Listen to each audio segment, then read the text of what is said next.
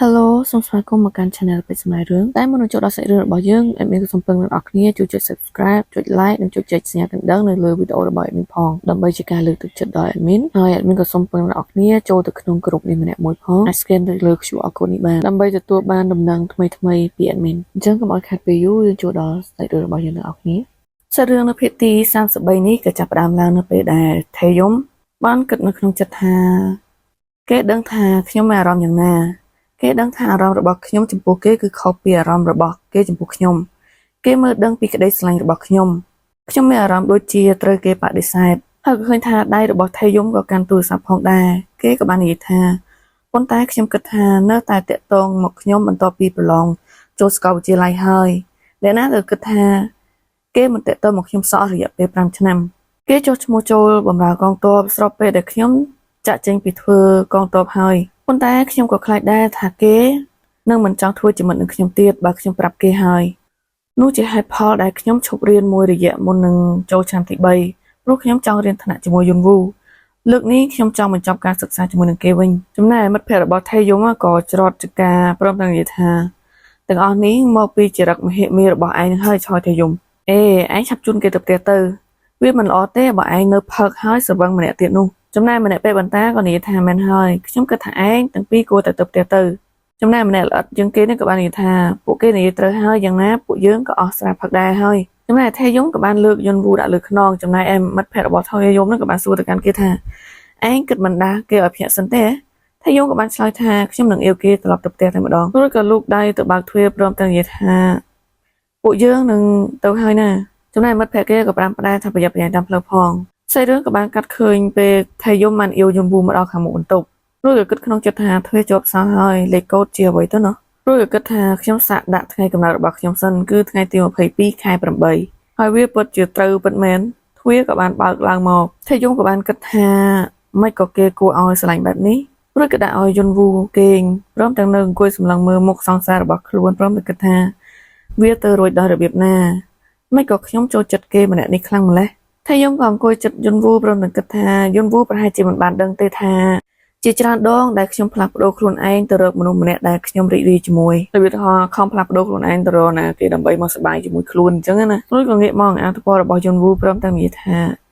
ឯងល្អពេកហើយចំពោះខ្ញុំព្រមទាំងបញ្ចេញក្លិនផេរ៉ូម៉ូនមកដែរចំណែកយុនវូក៏ភ្ញាក់ទៅនឹងផេរ៉ូម៉ូនរបស់ថេយំមើលទៅយុនវូឡើងញ័រហើយថេយំក៏បានយកដៃដងអាលត្រង់ព្រមទាំងនិយាយថាមិនអីទេរួចក៏សម្លឹងទៅកាន់យុនវូព្រមទាំងនិយាយគិតក្នុងចិត្តថា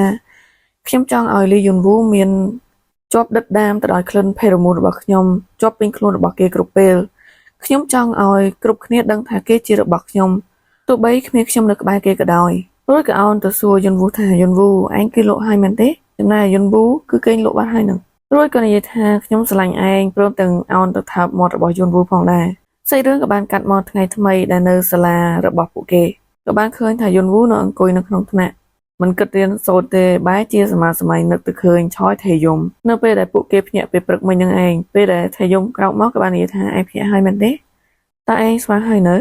អើយបើសង្ហាម្លឹងតែមិនក៏លងហើយនេះរួចក៏អង្គុយគិតទៀតថាពួកយើងចំណាយពេលនៅជាមួយគ្នាប្រហែលថ្ងៃហើយប៉ុន្តែគ្រាន់តែគិតដល់គេក៏ធ្វើឲ្យខ្ញុំសប្បាយចិត្តដែរចំណែកសុនជេក៏អោនទ្រពមុខនៅលើតុព្រមទាំងមើលទៅភ្នែកទៅខ្មៅដូចខ្ជុះហើយព្រមទាំងនិយាយថាបងក្រហមដូចផ្លែឈើរីអញ្ចឹងមិនក៏បងសប្បាយចិត្តម្ល៉េះពួកយើងមានលំហាត់ច្រើនណាស់ត្រូវធ្វើហើយបងនៅសប្បាយចិត្តកើតទៀតអីទេបងប្រុសធ្វើមិនទេកូនគេជីវិតអ្នកមានស្នេហាគេភីងរហូតហ្នឹងសុនជេក៏និយាយទៅកាន់យុនវូទៀតថាបងសប្បាយចិត្តខ្លាំងណាស់ហើយទៅទេឥឡូវបងមានស្នេហាហើយពិភពលោកសម្រាប់បងច្បាស់ជាស្រស់ស្អាតណាស់មិនចឹងមែនទេចំណែកយុនវូក៏ឆ្លើយទៅមិនខ្វល់ថាមិនមែនចឹងទេសុនជេក៏និយាយទៀតថាបងប្រុសវាសរសេរនៅលើមុខរបស់បងច្បាស់ណាស់រួចក៏ងើបមុខមកទាំងទ្រុនទ្រាមកថាខ្ញុំមិនចង់ធ្វើកិច្ចការសាលាទេខ្ញុំគិតថាខ្ញុំចិត្តឈួតហើយចំណែកយុនវូពេលនោះក៏និយាយទៅកាន់គេថានោះហើយជាហេតុផលដែលឯងត្រូវរៀននិងធ្វើកិច្ចការផ្ទះក្នុងពេលតែមួយធ្វើវាឲ្យលឿនទៅសាស្ត្រាចារ្យមកដល់ឥឡូវហើយទាំងឃើញហុចអ្វីទៅឲ្យសុនជេផងដែរចំណែកសុនជេក៏ថាបងធ្វើបែបនោះបានយ៉ាងម៉េចសុនជេក៏បានងាកមកនិយាយជាមួយនឹងយុនវូថាឈប់សិនបងហេតុអីបងពេលអោកវែងទៀតហើយអាកាសធាតុបែបនេះបងមិនក្តៅទេចំណែកយុនវូក៏និយាយថាខ្ញុំឆាប់ចាញ់ត្រជាក់ណាដោយសារតែមានស្នាមលើខ្លួនទេ រួចក៏សម័យទៅរូបភាពកាលពីយប់មិនបាច់ឲ្យអេដមីននិយាយអីទេមើលតែរូបភាពទៅបានហើយចំណែកសុនជេក៏និយាយទៅកាន់យន់វូថាតិចខ្ញុំទៅតែឃើញមនុស្សម្នាក់ពាក់អាវដៃខ្លីមុននេះទេណាចំណែកយន់វូគិតហើយនឹងក៏មុខក្រហមតែឯងរួចក៏និយាយទៅកាន់សុនជេថាអាវដៃខ្លីខ្ញុំគិតថាឯងពលឺពេកហើយពេលនោះក៏ឃើញថាសាស្ត្រាចារ្យក៏បានដើរចូលមកក្នុងថ្នាក់រៀននឹងល្មមកន្លែងនោះអត់មានអីទេមានតែពួកគេរៀននឹងឯងអត់មានកាត់ចោលហើយក៏ឃើញថាសុនជេក៏ងាកមកសឹកជាមួយនឹងយន់វូថាអូត្រូវហើយបងប្រុសតែមិនទាន់និយាយអីយន់វូក៏ប្រើឲ្យស្ងាត់គេក៏បានបិទមាត់ឡើងចិត្តព្រោះឃើញថាគេកំពុងតែសរសេរអ្វីមួយដាក់លើក្រដាសព្រមទាំងហុចទៅឲ្យយន់វូផងដែរព្រមទាំងសួរថានៅលើក្រដាសនោះនិយាយថាបងដឹងទេថាសាលាយើង2សប្តាហ៍ទៀតមានកម្មវិធីចំណែកយន់វូមើលហើយក៏សរសេរឆ្លើយទៅវិញថាអត់យន់វូគិតក្នុងចិត្តថាមិនក៏គេសរសេរស្អីច្រើនខាងម្លេះតែគេក៏បានហុចមកឲ្យយន់វូមើលព្រមទាំងនិយាយថាមិនក៏បងមិនដឹងទៅកើតវាជាពិធីបុណ្យរដូវផ្ការីកណាជំរំរបស់យើងត្រៀមរៀបចំដែរពួកយើងនឹងលក់របស់ជាច្រើនដែលនៅព្រឹកហើយពេលយប់ពួកយើងលក់អាហារក្រែងការនៅឆ្នាំទី1បងខ្ញុំក៏ដើរញ៉ាំនៅតូបរបស់ពួកគេដែរពេលមានកម្មវិធីបុណ្យដែរនោះអីពេលនោះយន់វូក៏បានសួរថាអញ្ចឹងគេក៏បានសរសេរថាតោះទៅជាមួយតនសរសេរចប់ផងយន់វូក៏យកមកសរសេរកាត់ព្រមទាំងថាអត់ទេគេក៏បានសួរថាហេតុអីពេលនោះយន់វូក៏ប្រើខ្សែភ្នែកពិឃាតមកព្រមទាំងនិយាយថាខ្ញុំនិយាយតាំងពីដំបូងហើយថាខ្ញុំមិនចូលចិត្តចូលរួមសកម្មភាពក្នុងកម្មវិធីជំរុំអីនោះទេច្បាស់ជាអត់ហើយចំណែកសុនជេពេលនេះក៏យំទឹកភ្នែកលហេមហាមទៀតហើយព្រមទាំងនិយាយថាក៏បានអញ្ចឹងមើលទៅពួកយើងមានតែកំងអាហារក្រោយកម្មវិធីបុណ្យចប់ហើយយកទៅញ៉ាំនៅក្នុងជំរុំរបស់ពួកយើងហើយមកទៅណែពេលនោះទូរស័ព្ទរបស់យន់វូក៏រោ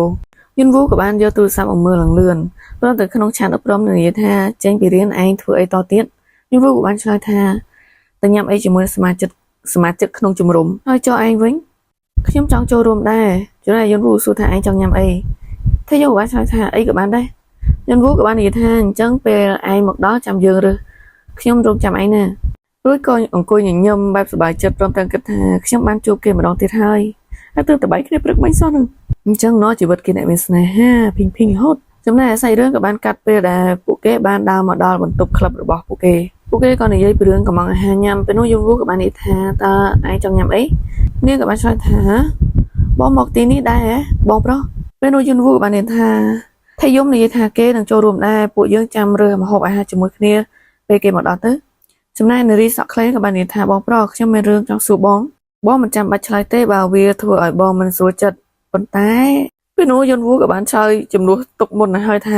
ថាយំនឹងខ្ញុំកំពុងតែតើងគ្នាគេឆ្លើយទុកមុនទៅហើយសាច់រឿងយើងនៅភាគទី33របស់យើងក៏បានបញ្ចប់បើសិនជាមានកំហុសខុសឆ្គងសូមអធិស្ឋានមានផងពីមានបាយ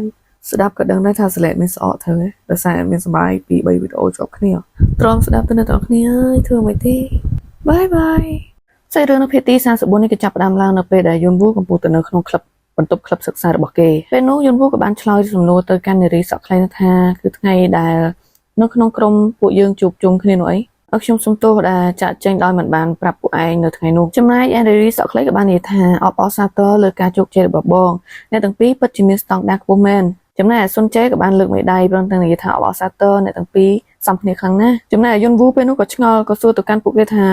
ហើយមិនក៏ពួកឯងដឹងថាពួកយើងតេតើគ្នាសុនជេក៏បានឆ្លើយថានៅពេលពួកយើងមកសាលាគ្រប់គ្នានាំគ្នានិយាយពីរឿងនេះខ្ញុំគិតថាអ្នកទាំងពីរត្រូវគេចាប់បាននៅពេលដែលកំពុងធ្វើអ្វីមួយមិនល្អមិនខានទេចំណែកការគិតរបស់យន់វូក៏នឹកដល់មិត្តភ័ក្តិរបស់ថៃយមឯណោះឃើញថាពួកគេនឹងនិយាយថាខ្ញុំមិនចង់ជឿសោះថាសិស្សនៅផ្នែកផ្សេងក៏ដឹងរឿងនេះដែរការខិតខំប្រឹងប្រែងដែលខ្ញុំបាននិយាយពិតជាស័ក្តិសមនឹងតម្លៃពិតមែនចំណែកយន់វូក៏គិតថាហើយហេតុអីខ្ញុំស្រាប់តែគិតពីវាមិនសំខាន់ទៅវិញប៉ុន្តែសុនជេពេលនោះក៏ចេញបលីងមកពេញខ្លួនព្រមទាំងនិយាយបែបសតុនថាប៉ុន្តែ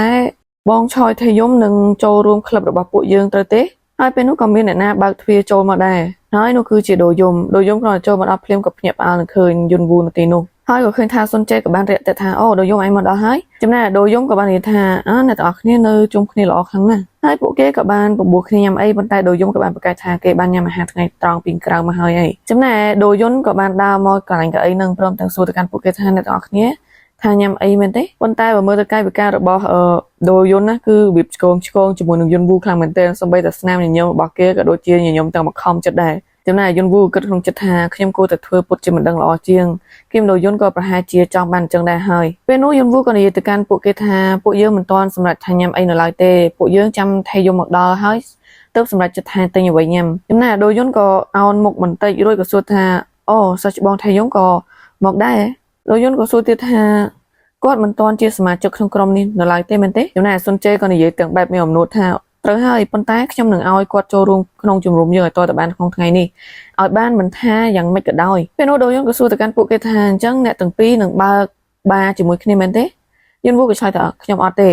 េចំណែកសុនជេក៏ងាកទៅអង្វរយន្តវូទៀតហើយថាបងប្រុសគិតឲ្យច្បាស់សិនទៅបានទេហើយក៏ខំប្រឹងយំអង្វរយន្តវូថាវាជាកម្មវិធីដែលបងអាចរីករាយជាមួយនឹងគូស្នេហ៍របស់បងបានណាបេះដូងរបស់បងមិនរំភើបបន្តិចទេមែនទេចំណែកយន្តវូក៏ឆ្លើយទៅមិនខ្វល់ថាអើយគ្រាន់តែបើកបារនៅក្នុងកម្មវិធីសាលាជាមួយគូស្នេហ៍មានអីទៅរំភើបទៅទោះមិនធ្វើអញ្ចឹងក៏ពួកយើងនៅតែរីករាយក្នុងកម្មវិធីដែរចំណែកសុនជេខំប្រឹងធ្វើបទបង្ហាញទាំងបង្ហាញឃើញដបស្រាសូជូទៀតផងគេនិយាយថាជាតិអាល់កុលគឺជាផ្នែកដ៏ល្អបំផុតនៅក្នុងជីវិតមហាវិទ្យាល័យបើកបារក៏ជាពេលវេលាល្អរបស់យុវវ័យក្នុងវាជាពេលពេញនិយមរបស់យុវវ័យដែរចំណែកយន្តវូក៏ឆ្លើយថាកុំយកខ្ញុំទៅពាក់ព័ន្ធជាមួយនឹងភាពយុវវ័យរបស់ពួកឯងអីហើយក៏ឃើញថាសុនជេនិងយន្តវូក៏នៅតែប្រកែកគ្នាតែពេលនោះកញ្ញាសក់ខ្លីក៏បានងើបមកនិយាយថាជប់លេងសើចទៅនេះឲ្យចំទៅសិស្សច្បងឆយថៃយំជាអ្នកដែលពួកយើងត្រូវការចំណែកយន្តវូពេលហ្នឹងឡើងចេញសញ្ញាសួរឬក៏សួរថាថៃយំរបៀបថាតើថៃយំទៅពាក់ព័ន្ធអីដែរអញ្ចឹងណាពេលនោះនាងក៏ដើរមកកន្លែងហ្នឹងហើយព្រមទិញកៅអីព្រមទាំងនិយាយថាពួកយើងព្យាយាមខ្លាំងណាស់ដើម្បីប្រម៉ូទបាររបស់ពួកយើងព្រោះទីតាំងកន្លែងរបស់ពួកយើងគឺដាច់ពីគេណាចំណែកយន្តវូក៏សួរទៅវិញទៀតថាហើយរឿងនោះវាមានពាក់ព័ន្ធអីជាមួយនឹងឆយថៃយំទៅនាងក៏បាននិយាយថាគ្រប់ទីកន្លែងដែលតាក់ទងជាមួយនឹងបងថៃយំ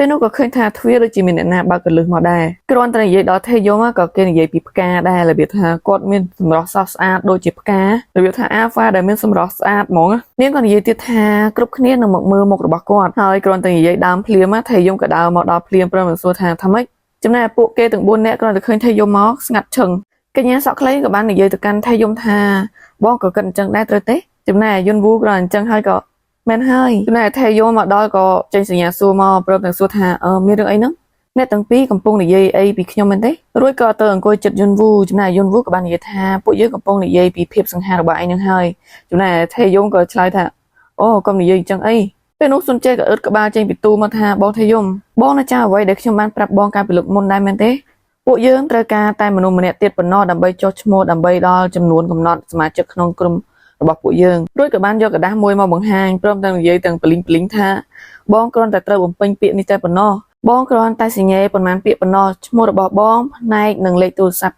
និងលេខកាតរបស់បងទេសុនជេក៏បានហុចกระดาษមកឲ្យថៃយំក៏ទទួលចំណែកសុនជេក៏សួរទៅកាន់ថៃយំថាតើបងចង់ឲ្យខ្ញុំសរសេរជំនួសបងក៏បានដែរណាថៃយំក៏បានឆ្លើយថាអត់ទេចាំខ្ញុំសរសេរវាដោយខ្លួនឯងចង់ឲ្យខ្ញុំចុះឈ្មោះមិនអញ្ចឹងហីពេលនោះដូយន្តក៏និយាយកាត់ថាបងពិតជាចុះឈ្មោះមែនណាចំណែកថៃយំក៏ស្ងាត់បន្តិចសម្លឹងទៅកាន់ដូយន្តចំណែកទឹកមុខដូយន្តក៏មើលដឹងថាខំប្រឹងសោយដែររួចក៏និយាយថាគិតឲ្យបានច្បាស់ទៅយ៉ាងណាបងរៀននៅឆ្នាំទី3ហើយបន្ទាប់ពីចូលរួមក្រុមរបស់ពួកយើងហើយបងនឹងធ្វើយ៉ាងម៉េចទៅដូយន្តក៏និយាយបន្តទៀតថាចូលដល់ឆ្នាំទី4បងប្រហែលជារវល់រកការងារធ្វើហើយធ្វើជាអ្នកស្ម័គ្រចិត្តឬក៏ចូលរួមជំរុំផ្សេងទៀតល្អជាងមិនអញ្ចឹងហ៎បងចំណែកឯថៃយំក៏ឆ្លើយបែបទាំងឌឺទាំងទទួលយកបិចមកថានៅជាមួយនរណាម្នាក់ដែលយើងពេញចិត្តរយៈពេល2ឆ្នាំក៏ល្អជាងនៅជាមួយនឹងសិស្សថ្មីដែលចិត្តចូលទៅហ៊ានដែរមិនអញ្ចឹងហ៎អើយឌឺដងគ្នាសាហាវពីហ្នឹងចំណែកអ្នកសប្បាយចិត្តជាងគេគឺស៊ុនជេនោះទៅវិញទេនោះចំណែកយន្តវូក៏និយាយទាំងទឹកមុខនេះថាអូយអ្នកទាំងពីរធ្វើស្អីហ្នឹងហើយបើមើលមកពីហ្នឹងឌឺដងគ្នាសម្បើមចំណែកស៊ុនជេក៏ទទួលបានកระดาษនឹងភ្លាមក៏និយាយទាំងសប្បាយរីករាយថាអរគុណខ្លាំងណាស់តែមើលទៅស្ថានភាពពេលនេះគឺហោះហើរហើយរីករាយពេលឡើងដុសស្លាប់ទៅហើយចំណែកនារីសក់ខ្លីក៏បាននិយាយថាឥឡូវបងជាសមាជិកក្នុងជំរំហើយខ្ញុំចង់សុំបងឲ្យជួយរឿងមួយពួកយើងត្រូវការបើកបារនៅក្នុងកំឡុងកម្មវិធីសាលាបងមិនចាំបាច់ធ្វើការអីច្រើនទេប៉ុន្តែសូមជួយពួកយើងរត់តុក៏បានដែរចំណែកទឹកមុខរបស់ថេយំពេលហ្នឹងគឺទឹកមុខនោះគឺកំពុងនិយាយថាហេតុអីជាខ្ញុំទៅវិញតែបើមើលមកកសែភ្នែកអាចារ្យនេះក៏មិនណយដែរចាគឺនិយាយបែបសម្លឹងចំមុខថាបងដឹងថាបងយុនវូមានប្រជាប្រិយភាពណាស់ត្រូវទេអានេះលក្ខណៈយកយុនវូទៅគម្រាមអើយថេយំណាគាត់នឹងភ័យបើសិនជាខ្ញុំឲ្យគាត់ធ្វើវាតែម្នាក់ឯងចំណែកយុនវូក៏ឆ្លើយថាខ្ញុំមិនបាននិយាយថាខ្ញុំនឹងជួយនោះទេខ្ញុំជាអ្នកហាត់ការតាំងពីវ៉ាកងនៅរដូវក្តៅមកដូច្នោះនេះជាកម្មវិធីសាលាចុងក្រោយហើយខ្ញុំចង់ឲ្យបាននេះជោគជ័យគឺនិយាយបែបមើងម៉ាត់ប្រកាសបជាថាត្រូវតែបានហើយនាងក៏និយាយពីមួយម៉ាត់ចុងក្រោយថាចេះឲ្យនំតូនគឺជារឿងល្អខ្លាំងណាស់ហើយមើលទឹកមុខ3នាក់ខាងនោះគឺដូចកំពុងស្ដាប់ម៉ែបដៅអញ្ចឹង ចំណែកឯសាច់រឿងក៏បានកាត់មកប្រហែលម៉ោងក្រោយក៏ឃើញថាពេលនោះយន់វូក៏បានសួរទៅកាន់ថៃយំថាឯងពិតជាមិនអីនឹងរឿងនេះមែនណាថៃយំក៏សួរទៅវិញថារឿងអីយន់វូក៏បាននិយាយថាបើកបាឯងពាក់ព័ន្ធនឹងរឿងនេះដោយសារតែខ្ញុំយន់វូនិយាយបណ្ដាក៏យកដៃទៅវេសក់របស់ថៃយំបណ្ដារួចក៏និយាយទៀតថាបើឯងមិនចង់ធ្វើវាឯងអាចនិយាយបានណាចំណែកថៃយំក៏ចាប់ដៃយន់វូយកមកថើបព្រមទាំងនិយាយថាខ្ញុំមិននឹងអាចឲ្យឯងធ្វើវាតែម្នាក់ឯងនោះយន់វូក៏និយាយថាគ្មានអីត្រូវបារម្ភនោះទេតើឯងបារម្ភដោយសារតែអ្វីដោយសារតែមីនជុងនិយាយមែនទេមីនជុងនឹងគឺអាចារ្យសក់ខ្លីនឹងឯងអ្នកនរគ្នាអេដមីនភ្លេចឈ្មោះគាត់រហូតតែតែចាំឈ្មោះស៊ុនជេមួយនេះពេលនោះថៃយំក៏បាននិយាយទៅកាន់យន់វូវិញថាមែនហើយខ្ញុំបារម្ភណាស់ខ្ញុំមិនបានបារម្ភនឹងខ្លួនឯងទេខ្ញុំរៀងខ្ជិលបន្តិចប៉ុន្តែខ្ញុំគិតថាវានឹងសប្បាយបើបានធ្វើវាជាមួយនឹងឯង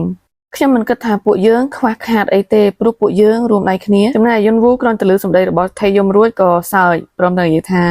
ពួកយើងនឹងកេងចំណេញលើមុខរបស់ឯងមិនខានទេវាថាពួកគេយកទឹកមុខសង្ហារបស់ថៃយំទៅធ្វើជាថ្នាក់តាក់ភ្ញៀវថៃយំក៏សួរទៅវិញថាមុខរបស់ខ្ញុំ